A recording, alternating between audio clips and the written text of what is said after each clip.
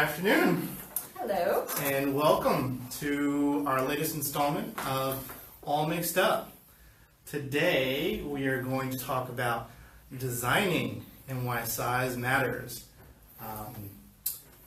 It's something that every brand needs to think about, that with all the different devices that your customers are using, you need to make sure that the experience is optimized across all different sizes, right? Mm-hmm. So with that being said, let's go ahead and get started. Basically where this idea came from is that I just basically came across the stat that just this past year, we exceeded 70%, so it's 71% of all online usage is actually being done on mobile devices now. Okay, how about that? And what that made me think and need to share with our clients, because I'm going to show my age a little bit here. I come from a time when print was king. Before the digital marketing, I got to evolve with it. Mm-hmm. And part of the problem with that is clients, ourselves, designers, we've gotten used to thinking about desktop.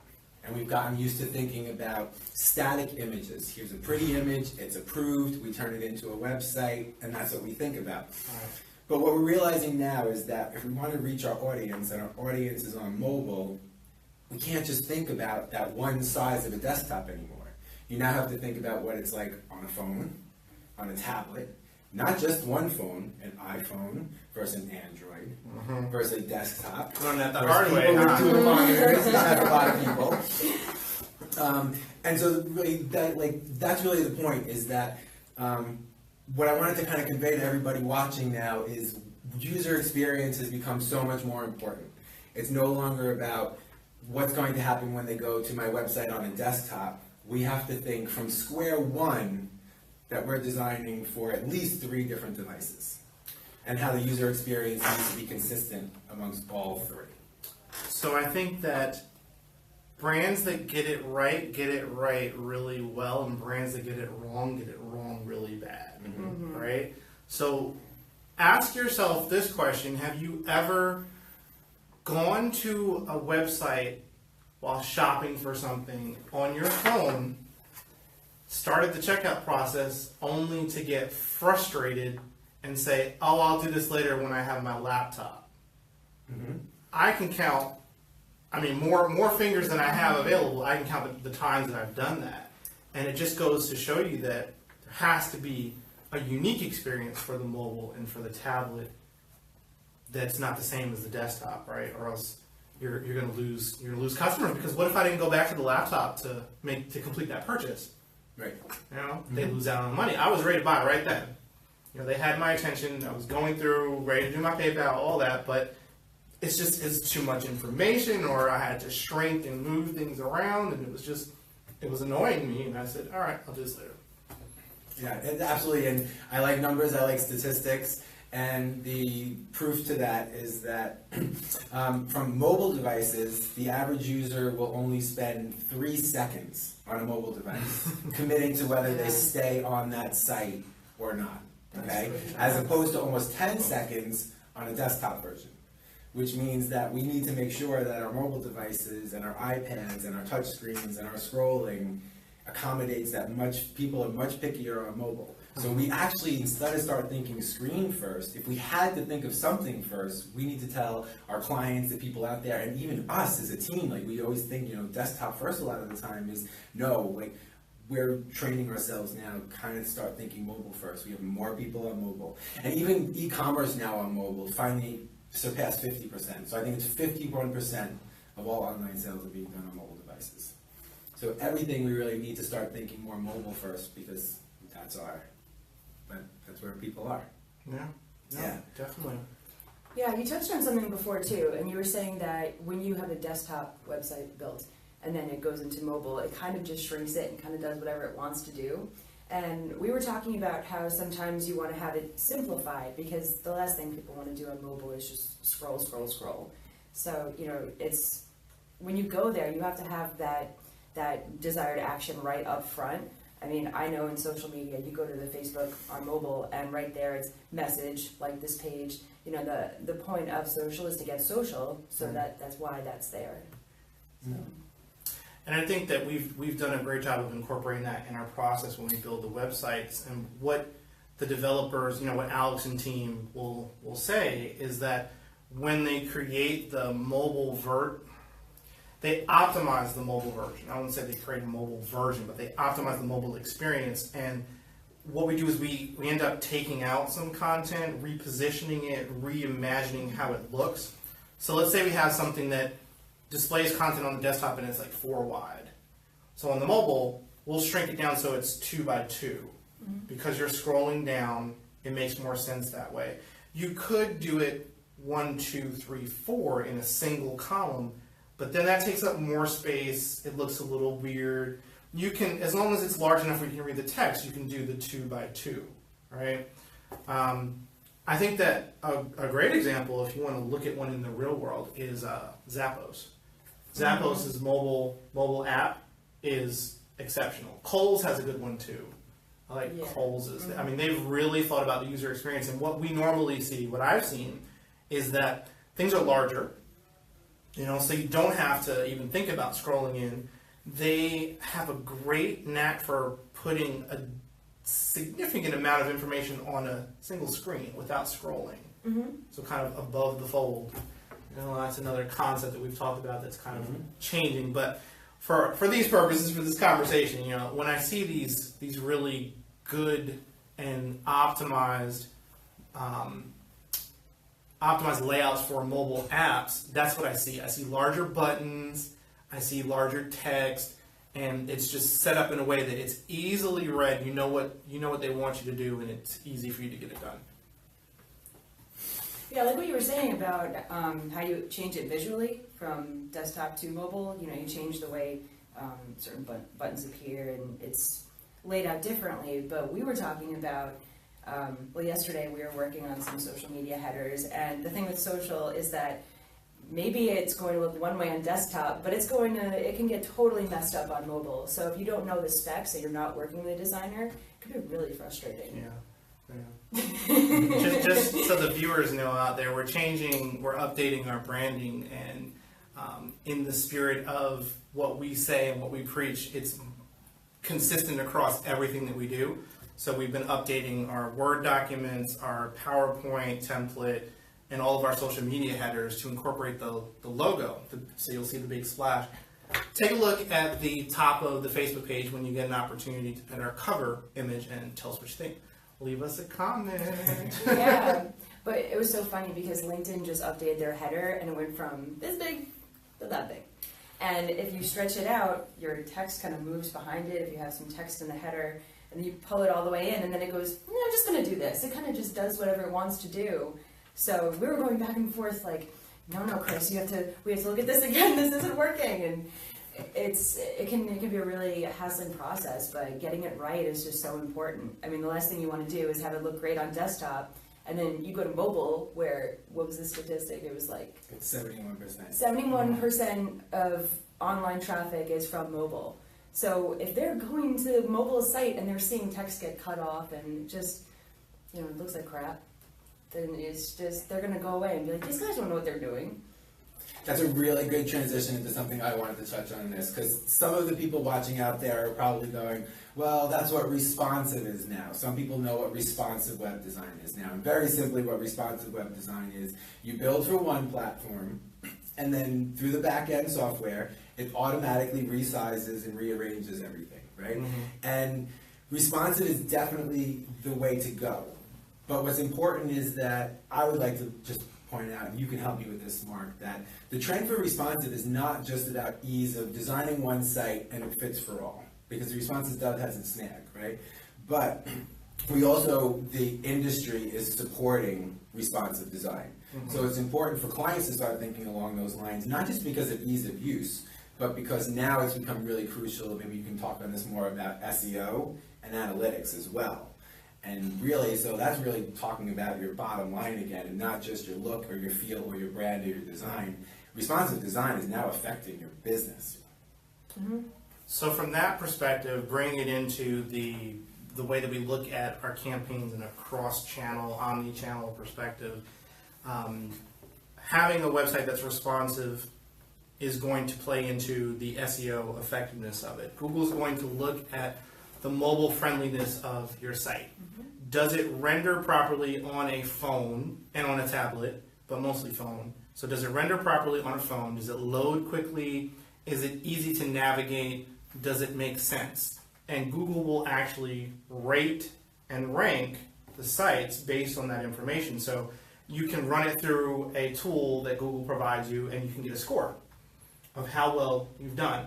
And it will look at those different factors and spit back your score, tell you what the problem areas are. So if your site fails that scoring, then you need to fix it, right? And just because the website shifts down to tablet and down to phone doesn't mean that the experience is going to shift in a positive way. It may just scrunch it up. And like I was giving the example of how you display the information, it's going to just scrunch it to a point where it's just putting it into one column, but that may give you way too much content. It can look awkward. You've got to then take another step to optimize that and change the layout so it's really set up for the phone. Yeah, I was actually going to add to that just now because in Google Analytics you can differentiate between desktop access versus mobile users. So I think a really great way to kind of evaluate your design is to actually see how engaged they are when they're on the website. See time spent on site, how's your bounce rate. That kind of gives you an insight to maybe we want to tweak this, maybe we want to run an A/B test between two pages. And it's just, it's always about testing, but if you're seeing people are going to a page and then going off right away, it really tells you where you have the opportunity or, if it's even worth investing. So to add to that, we are really big in the analytics side of things on creating dashboards. And dashboard creation is a little bit of an art form, a lot of analytics, but you want to create dashboards that are useful. You don't want to just throw metrics into a dashboard and then create this unusable space of information that no one knows what the heck to do with, right? So the way that we think about creating dashboards is to answer specific questions. So we can have one dashboard that's like an executive overview. It's got very high level, how much traffic, how much revenue, where's it coming from in the world, where's it coming from marketing channel wise. Then we can get into, okay, let's do an e-commerce dashboard for an e-commerce company. Now it's what products are being sold, what product category is being sold the most, what's the average order value, what's the revenue, blah, blah, blah. All those different metrics that are associated with e-commerce. But to answer your question, we can look at something called site health. So now you create a site health dashboard. It's like, what is the load time? How does that load time differ from mobile and desktop? And what is the user engagement? How much time do they spend? How many pages they visit of desktop versus mobile? So now you can quickly see in your dashboard, well, here's the desktop experience and here's the mobile experience. Is there a problem? What's the difference? And is there a problem? Is it something I need to take a closer look at? So if you have these things created in an easy to use, easy to view dashboard that you can easily, you can look at frequently and see these trends as they change, then you can make better decisions faster. Yeah. And that's what analytics is all about, is making smarter decisions. Yeah, and what's really cool is when you're doing the analytics side, then you work with a designer, so Chris, creative. User experience is so important. When you're looking at user experience, and this really isn't our forte, this is the design side of it, you have to know how people read and interpret information on the website. So when you're putting in the work into a homepage, user experience kind of is like a cheat sheet. It's kind of the architecture. So it'd be pretty cool if you could elaborate on that a little bit. Yeah, and I'm actually going to use that to transition into something that I wanted to touch on. User experience is the key across all platforms. That's what we want. We want whatever our customer or client is going to the site to do what we want them to do. It's really, really that simple. So what I get a lot of, and I hear a lot of nowadays with responsive design, and as it's catching on, there's a lot of plug and play and drag and drop website design places out there, and they sell themselves as being responsive design. But the important thing is people are like, oh, I can go build my own website at home on my desktop, and then when I look at it on my phone, it kind of looks the same. It's automatically moving things around. However, although it sort of looks the same, if you don't have that true responsive where you can run analytics if you're controlling the exact placement of everything, the order that things go with, if it accidentally puts the form above the call to action because you have no control of how it's rearranging for the smaller screen, well, you've lost your user experience. And that's where it comes into play, and I hate to sell us a little too hard, is that it takes a team to do a responsive site really well, because you want full control. You want to be able to look at those analytics and say, hey, we have a better click-through rate on mobile, more people are going to mobile, so let's adjust our experience to be more targeted towards the mobile users. If you're just doing it yourself in a click and drop, you don't have really the efficiency to SEO, you don't have the trial and error that you would get from analytics and the A/B testing, as we call it, and you don't have full control. And those three things are really, really crucial to the overall experience of the site. Yeah, absolutely. I couldn't agree more. Yeah, I mean, if it doesn't look good, it's really going to hurt you, in short. And if you don't know what you're doing, it's going to be such a headache.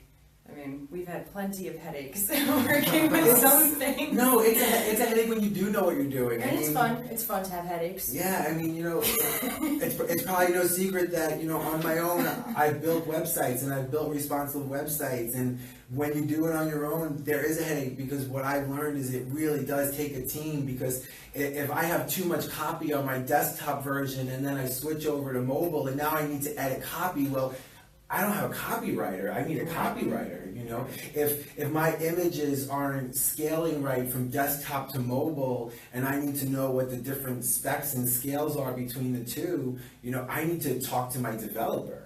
If something's not working right in a thing, I need to know from Mark and analytics, like, we're not getting the click-through rate on the desktop that we are getting on the mobile site. And it really takes a team to try to do it all yourself, the trial and error. Now, this is getting covered by this image. My copy just got cut off. This isn't scaling right. This person's top of his head got cut off in the image when it's scaled.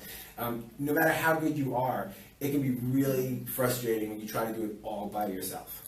Yeah, and it's even beyond a website. It's when we're doing social media posts, there's that 2-to-1 ratio on a lot of those networks. And if you're working with this long vertical portrait image, you're going to get the heads cut off. We were talking about that before. But you see these brands, they share things, and it's like a group of people with these big smiles, but you don't see them because you just see the. So yeah, if it doesn't look polished, it's really. It's a bad thing. Doesn't look good. So I think to your point about it takes a team, you're thinking, all right, so you've got a web developer who's doing the nuts and bolts of the site. You've got a designer who's looking at both the visual and the user experience. You've got a copywriter that's creating content. You've got an SEO expert, may or may not be the same, but usually they're different people. And then what else? I think those are pretty much the 4 essentials that you would need. Right. But not 1, but 4, right? You can't expect that one person can handle it all, and someone who can competently develop a website may not be a good designer. They may not have any user experience knowledge. They may not be able to do SEO, and they may not be a writer. Typically, those skills are not interchangeable.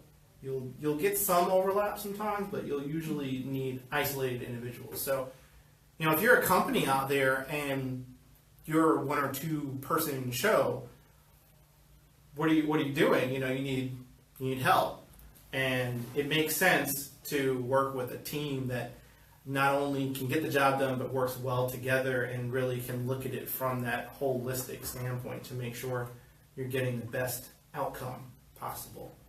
Yeah, say Chris takes a look at a mobile site and he goes, this really isn't best practice, this shouldn't be here or there. If you don't have someone on the team who knows how to change those things and you're working within a template, which we see a lot, and it's kind of, you're very limited because you think, okay, you read responsive in your template and then you actually see it and you don't know how to change things around. So if you have someone on the team who knows user experience and they know how things should look and feel and where these certain buttons should live, if you have someone who's a developer and they can move those things around, it makes it so much easier. It's a matter of jumping on the phone or walking over to their desk and saying, let's do this, let's do that. Otherwise it's a headache. I'm not a developer. I've been there. I've Yeah. been there. Unfortunately, we see it a lot of time with the smaller clients that we work with, where Yeah.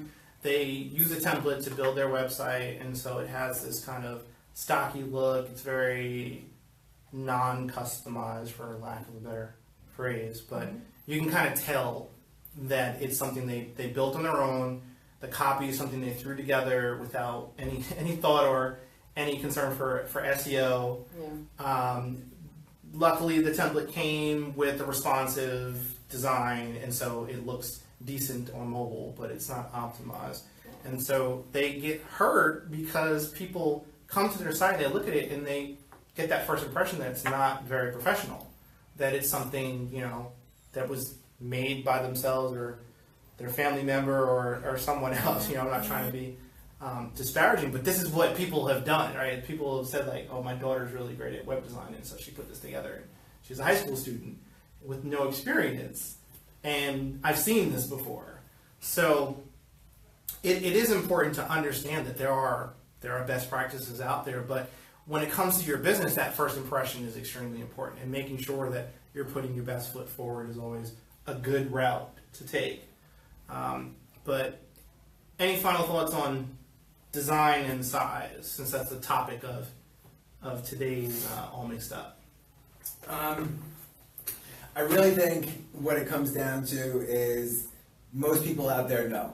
They go to your desktop, then look on your phone, and really what it comes down to is first impressions. Are you getting the same first impression across all devices? But the other thing that it really comes down to that we need to remember is important is consistency. Mhm. Okay, and that's really where a team will come into play to make sure that you're consistently walking your potential customer or user through the process that you want them to walk through. And in order to gain consistency, you really do need full control of where things go, what goes where, being able to look at the details, and creating, so when I go to a desktop version and I like it, I want to go to the mobile version and I want it to become second nature because I'm already familiar with the desktop. It should have the same exact user experience. I should be so familiar with it even if I've never been on it before. And that's very, very hard for the average person to really to look at objectively. Like, is that the way it's working? And so I would say to anybody out there, like, really take a good, honest, objective look at your website, then look at it on the phone and say, are these consistent? Are these the same? Are they making the same first impression? And if they're not, reevaluate, either try to do a little research on your own, or what's even easier is contact a group of pros like us. It works. Like, Yeah. it makes life a lot easier. We're pretty awesome. Yeah, always contact us.